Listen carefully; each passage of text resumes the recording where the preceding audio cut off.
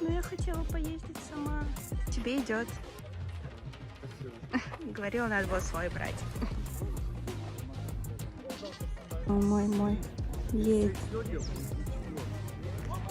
Пятку вниз. Спинку прямо, плечики назад.